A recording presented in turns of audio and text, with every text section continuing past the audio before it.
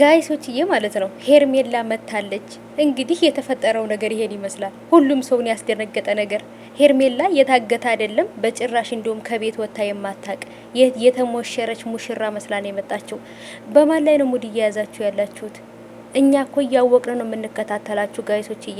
እኔ የእውነት ነው የምላችሁ ሄርሜላን ሳያት ሙሽራ ለአንድ ሳምንት ለ10 ቀን ሙሉ ሙሽራ ስትሞሸር የቆየች ስትቀለብ የቆየች እንጂ የታገተች አይደለችም።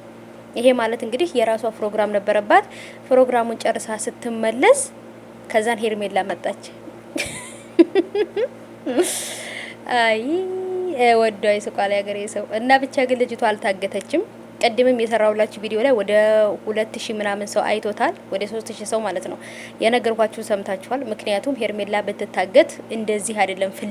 ፍለጋው ሌላ ነገር ነበር። ቤተሰብን ሁሉ ያካትት ነበረ። ግን ደግሞ በቃ አላርጂክ ሆነብኝ። በቃ አላርጂክ ያዘኝ በእነዚህ ልጆች የተነሳ ማለት ነው። እና ልጅቷ እንግዲህ ፕሮግራሟን ጨርሳ መታለች። የሰርግ ፕሮግራም ነበረባት። ምክንያቱም ሚዜ ነበረች ማለት ነው። ወይንም ደግሞ እንግዲህ አጃቢ ሰርግ ማለት ነውና እና ታዲያ ይችን የታገተ ሰው እኮ ጥፍሩ ላይ ይነቃቀልለታል ማለት ነው። እሷ ግን እንደውም ስታይሏ ራሱ ይለያል። የዛሬው የታገተ ሰው